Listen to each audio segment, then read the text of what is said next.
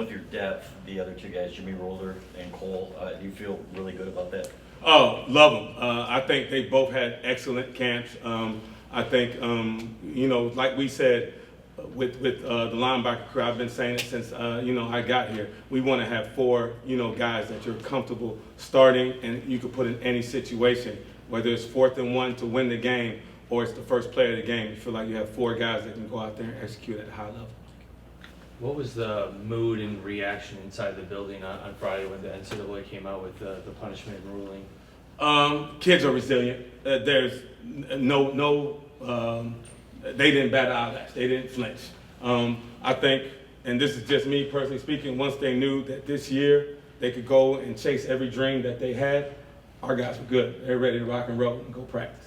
Did you get a sense there was a little bit of concern from players that they wouldn't be able to compete in the playoff even if they had a No, I didn't get that.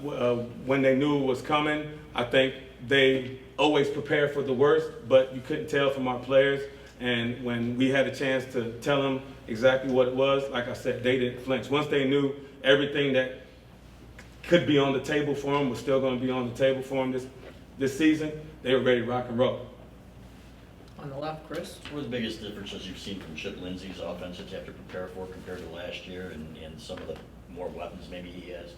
I think you said it. I think offensively, we see guys that flash maybe a little bit more with what Chip is doing.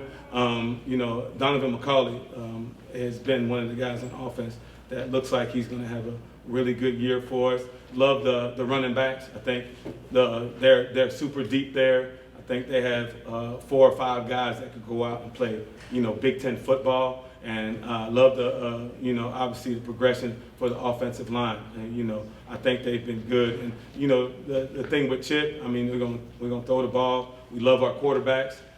They've been, they've tested us probably a little bit more vertically in the passing game, which is good for us.